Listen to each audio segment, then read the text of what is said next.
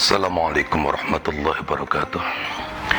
Alhamdulillah, salatu wassalamu daimaini mutalazimaini ala sayyidina Muhammad ibn Abdillah wa ala alihi wa sahbihi man tabi'ahu wa la hawla wa la quwwata illa billah, amma ba'd. Saya Haji Muhammad Usama Mansur, pengasuh Pondok Pesantren An-Nasuha, Kalimukti, Pabedilan, Kabupaten Cirebon. Seorang ulama ahli sastra namanya Ibnul Khalil membagi manusia dalam berbagai stratanya itu dibagi menjadi 4 golongan atau 4 kelompok. Kelompok yang pertama beliau katakan rajulun yadri wa yadri annahu yadri fadzalika alimun fattabi'u.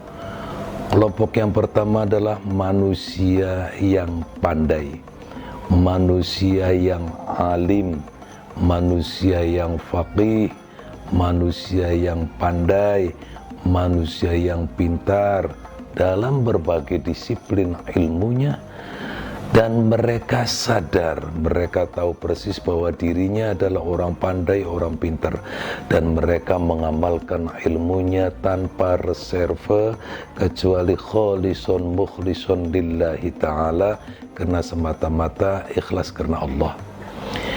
Tidak tendensius, tidak berharap apa-apa. Mereka akan bekerja dengan ikhlas, menolong, membantu akan ikhlas. Mereka akan membangun kondusivitas tanpa pamrih apapun, kecuali satu adalah kemanusiaan yang adil dan beradab. Itu yang mereka bangun. Segala yang baik pasti akan ditopang, akan dibantu. Itulah orang yang pertama. Dimanapun bumi dipijak, insya Allah kelompok pertama ini ada. Kelompok yang kedua, kata Ibnul Khalil, adalah rajulun yadri wala yadri annahu yadri fadzalika naimun fayuqidhu. Ini kelompok yang kedua, ini kelompok yang tidak baik. Seorang yang pandai, orang yang pinter, baik secara akademisi maupun secara syar'i kepesantrenan. Dia orang yang faqih, dia orang yang alim, dia mungkin titel akademisinya sampai profesor, doktor.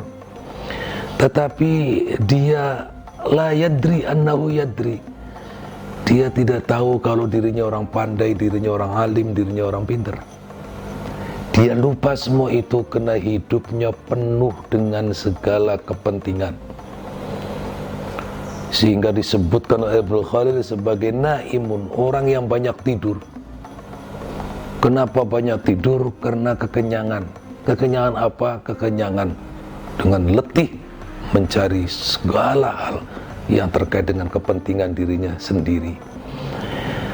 Ini orang pandai, ini orang pintar, tetapi nilai akhlaknya jauh di bawah kelompok yang pertama tadi. Kelompok yang pertama yang khalison mukhlison, mengamalkan ilmunya dengan berbasis akhlak yang karimah, membangun kondusivitas tanpa reserve, tanpa berharap apa-apa.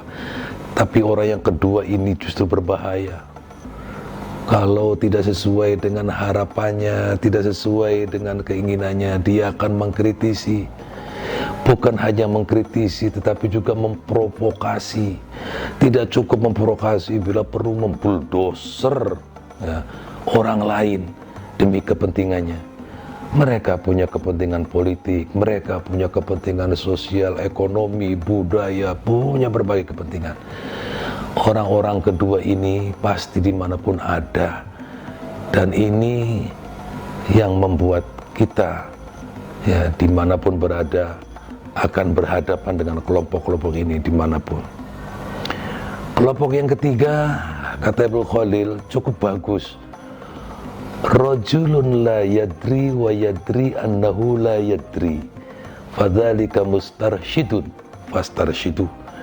Kelompok yang ketiga ini orang bodoh, tidak punya ilmu, tapi dia sadar bahwa dirinya bodoh.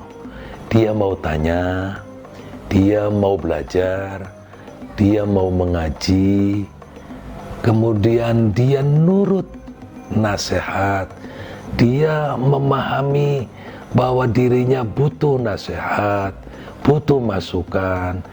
Maka dikala mereka tidak paham, lantas diberi pemahaman oleh orang lain, dia akan melaksanakan pemahaman-pemahaman yang baru dipahami itu dengan baik. Ini orang ketiga cukup bagus, cukup baik. Dalam tatanan sosial kita, masyarakat membangun orang nomor 3 ini, ya potensinya sangat bagus. Ya potensi membangun sangat bagus. Mereka mau berkarya, mereka mau bekerja untuk kepentingan bangsa, kepentingan negara, dan cukup diberikan arahan-arahan yang rasional, mereka akan timbul sam'atan wa ta'atan, nilai ketaatan, nilai kedisiplinan, nilai kesungguhan. Yang keempat, ini cukup berbahaya lagi, rajulun la yadri wa la yadri annahu la yadri fadzalika jahilun fafariqtumu. Kata Ibnu Khalil, yang keempat, orang bodoh, dirinya tidak tahu kalau dirinya bodoh, bahkan merasa lebih pintar daripada orang lain. Ini orang yang paling susah di dunia ini, kelompok yang keempat. Karena tidak merasa bodoh, dia merasa pintar, merasa segala-galanya punya kemampuan. Dalam berorganisasi pengen duduk di depan jadi pemimpin, tapi sebenarnya tidak bakal jalan karena kebodohannya. Kalau tidak ditempatkan di depan, taruh di belakang, dia akan nyerimpung, akan menggunting dalam lipatan. Orang macam ini di mana-mana pun ada. Kelompok kedua dan kelompok keempat itu sangat berbahaya. Waspada dengan mereka. Tetapi kelompok yang pertama dengan kelompok yang ketiga, itu insya Allah akan bersama melaksanakan tugas-tugas kemanusiaan, kesehatan, kesejahteraan ekonomi, kesehatan budaya, dan kesehatan yang lain. Terima kasih. Assalamualaikum warahmatullahi wabarakatuh.